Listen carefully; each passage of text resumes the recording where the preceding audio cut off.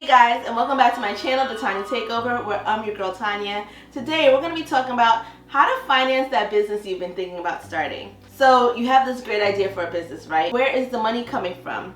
Don't worry girl, I got you. On my channel we talk about beauty, finance, and fashion. You can't have one without the other. So if that sounds like something that you might be interested in, consider hitting that like and subscribe button down below, and let's get started.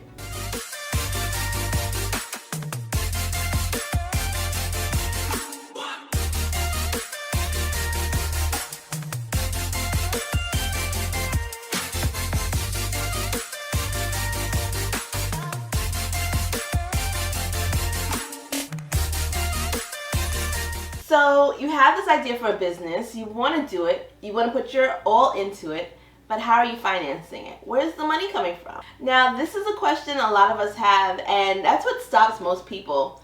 Most people who have an idea for a business, they stop themselves because they really feel like they don't have the time or the money. But don't worry, we're going to talk about it today and get through this. Now, when I first started my business, I jumped headfirst. I used my own money to finance it. I didn't want to ask anybody for help. I thought I could do it on myself, and that's just not the way to run a business. That's not the way to start. I feel like it sets you up for failure. And when I started my business, I failed a lot. And thank goodness it ended up the way it did, but I made so many mistakes. And if I could stop somebody from making those same mistakes, I would have done my service to mankind. So the first thing I would definitely say is to actually start the business. Guys, starting an LLC costs maybe $200.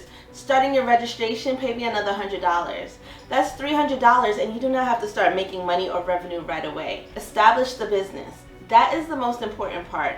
Get the licensing, get your EIN number, and start from there. You can't start anything regarding business funding without starting the actual business. I feel like this is the part that most people delay on. They wait till they have all their money in their savings, they wait till all their eggs are in a row, all their options are lined up before they actually start the business. And if I would have had to do it over again, I would have definitely started the business before. So before you even think about business funding, start the business. Pick a name, establish the business in your state, look it up, there's plenty of YouTube channels, start the business. After I learned that little trick, every business thereafter, I always made sure to establish the business first.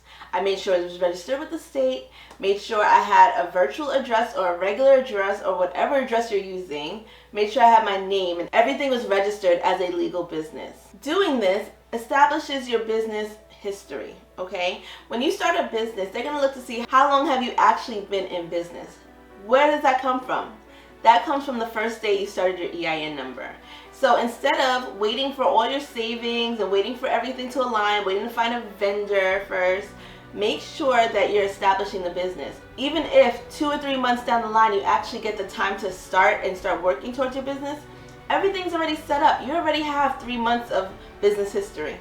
So that is your biggest hurdle. Make sure you actually establish the business first. Now that we've established that, let's talk about financing. The next thing I would definitely say to do is to start a business account. This builds up history, guys.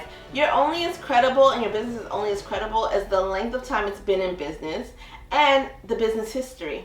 Now, I'm not saying that you're going to have deposits coming into your account. Even if you don't have deposits yet, establish the business. They're going to see that you've had the account for 6 months. Even if the 7th month or the 8th month or the 9th month down the line is when you actually start building revenue, they're going to see that your account started 6 months ago. So you already had an idea of your business. Maybe you were working on finding a vendor. Maybe you were working on supplies.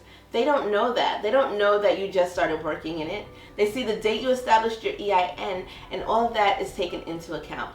Once your banking history is established, start making deposits into it. I don't care if it's $50, I don't care if it's $25. Start building up that business history so that they can start seeing that there is activity in the business and you are generating somewhat of an income. Now guys, it doesn't matter how much you're putting into the business account. Just see if you can put something. I'm not saying put $100, I'm not saying put $25. Whatever you feel or deem necessary, put it into the business account. Start generating a history so that when you go to them for a loan or for business financing or lines of credit, they see that, you know what, this customer has been with us for 6 months. They have an active account. They're moving money in and out. And once they see that you're bringing actual revenue in, they're going to start taking you seriously. This is what you need.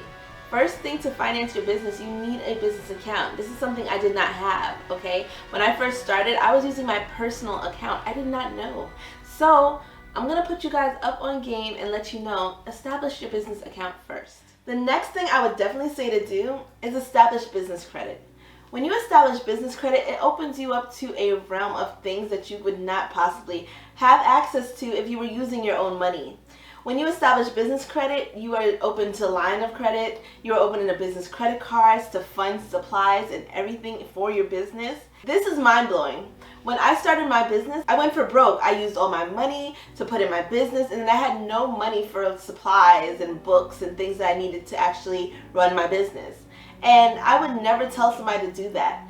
When you establish business credit, businesses start taking you seriously, banks start taking you seriously, and more importantly, vendors start taking you seriously. And these are things that you can also use as supplies for your business. Say you opened up a Uline account because you needed paper towels to run your business, or gloves, or whatever it might be. This is money that you have 30 days to pay back. Think about how many sales you can make in 30 days to pay back that little $200 or $300. There's so many different videos on establishing business credit that I cannot get into it. I would definitely say to look into establishing business credit. Now, mind you, you can have poor credit while establishing business credit, but I would suggest that you kind of work on both at the same time. It's easier to get funding when your credit is decent in order to get business credit with larger lines of credit. So definitely look into business credit when trying to finance your business. Remember, this can be done all before you actually make your first transaction or your first bit of revenue in the business. Imagine having credit cards lined up to buy supplies like paper towels or gloves or whatever it may be that you need for your business, packaging, supplies. Imagine having all this access to money that's not yours. It's not being taken out of, your savings account that you could be using towards your rent and your car note. Imagine having all this access to funding without ever going in your bank account. Guys, this is the power of leverage. This is the power of having a business. And this is why it's so important to establish a business bank account and business credit. The next thing I would definitely say to do to finance your business is think about using OPM. OPM is other people's money to fund your business. Now, I know what you're thinking.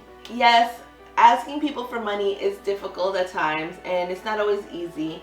But think about the last time you put money into a savings account or your checking account, and you know that end of year statement, and it says that you had all this money in the bank and they gave you 2 cents off of it. Now imagine somebody coming to you and asking you to invest in their business. You'll pay them back and they get a decent return on their investment. Which one would you go towards? Of course, I would definitely go towards my money growing. That is the whole point of money in the first place. If it's staying stagnant, it's not growing, you're not getting more out of it, it's not doing anything for you.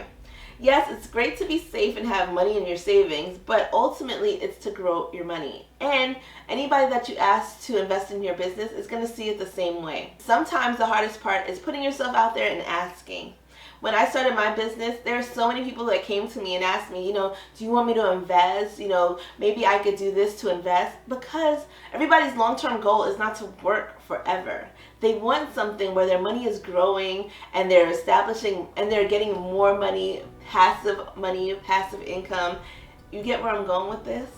So using other people's money may not be as hard as you may think. Now, when I started my business, of course, I thought, you know what, if I borrow money from this person, that means I can have a percentage of my business. I don't want that. I want it to be my business. So definitely think about using other people's money as just a loan. Get a loan with them, establish a loan with them, maybe even fill out paperwork. And this could be friends, it could be family. Make sure you look like a real business. Have paperwork drawn up and use it like a regular loan. Even if you're borrowing, say, $5,000, $10,000, $200, tell that person that you will pay them back in installments as you're getting money in. Establish a date when you'll start making payments towards their money back and give it to them back with interest. The money that you're making off of borrowing it from a friend or family member as opposed to borrowing it from a bank is going to save you a whole lot of headache in the long run. It's easier to just pay back a friend or family member with interest. Write down how much you're borrowing, how much in interest they'll get back, when you'll start making your payments towards it, how much your monthly payments will be, and go from there, guys. You will be surprised at how many doors open for you when you're using other people's money. The last thing I would definitely say to do to finance your business is to look for grants in your area. Now myself, I know grants could be difficult, but in this day and age with everything going around, they are throwing money at everyone, at businesses to stimulate the economy, and things out there are so much easier to get right now. Especially being a woman in business or establishing a new business that would help the economy. People are willing to throw money at you. The government is willing to help. So look into things like that. Look into grants that you might have in your area. Maybe a grant for small businesses, grant for women in business, grants for everything, guys. There are so many people actually calling me for my business and just offering money because there's so many grants out there. And they only have until January to use them. So start looking this up, and it might not be as hard as you think. Not all of these grants need actual grant writers and papers and paragraphs. Sometimes it's as easy as an application. So look it up in your area and start getting that free money. Okay guys, I hope this episode helped you guys with financing your business. Now that you have access to all this money, go out and start now, okay? Don't start later. Don't wait for the new year. Start that business now and you'll be so much happier in the long run. If you haven't done so already, consider hitting that like and subscribe button, and I'll see you guys next time. Bye.